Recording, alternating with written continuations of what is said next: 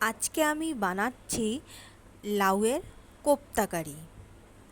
এই রান্নাটা কিন্তু একদম নতুন। তো তার জন্য আমার কি লাগছে, আমার লাগছে হলো একটা লাউ।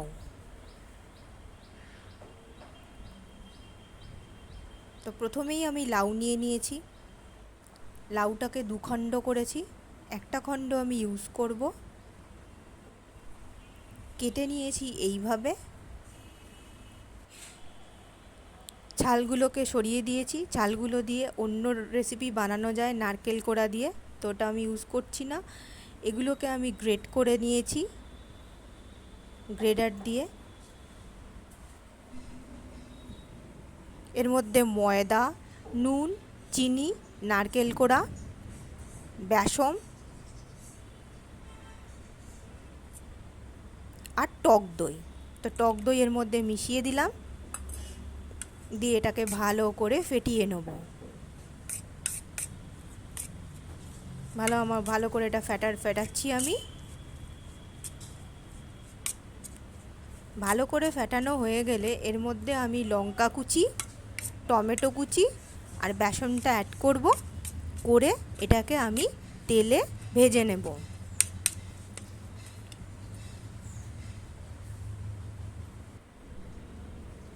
লঙ্কাগুলোকে কুচি কুচি করে কাটবো, কেটে এর মধ্যে দিয়েছি। টমেটো কুচি দিয়েছি, দিয়ে এটাকে ভালো করে বেসন দিলাম, দিয়ে এটাকে ভালো করে ফেটিয়ে নেব। নিয়ে আমি ফ্রাইং প্যানে অল্প তেল দিয়েছি, দিয়ে অল্প তেলেই এটাকে বড়াগুলোকে ভাজবো। বড়াগুলোকে আমি ভেজে নিচ্ছি।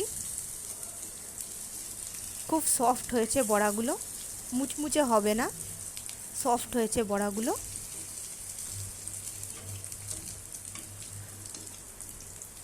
প্রত্যেকটা বড়াকে আমি উল্টো করে দিলাম, যাতে ভালো করে ভাজা হয়।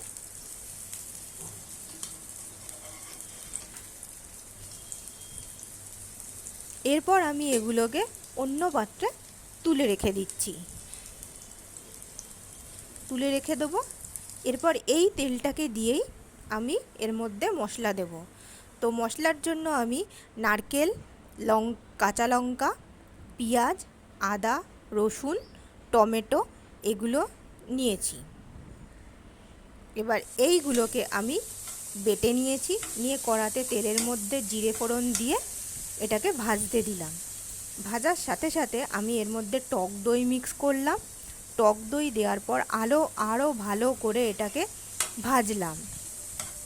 ভেজে নিয়ে এর মধ্যে আমি সামান্য ভাজা হয়ে গেলে সামান্য একটু জল দিয়ে দেব।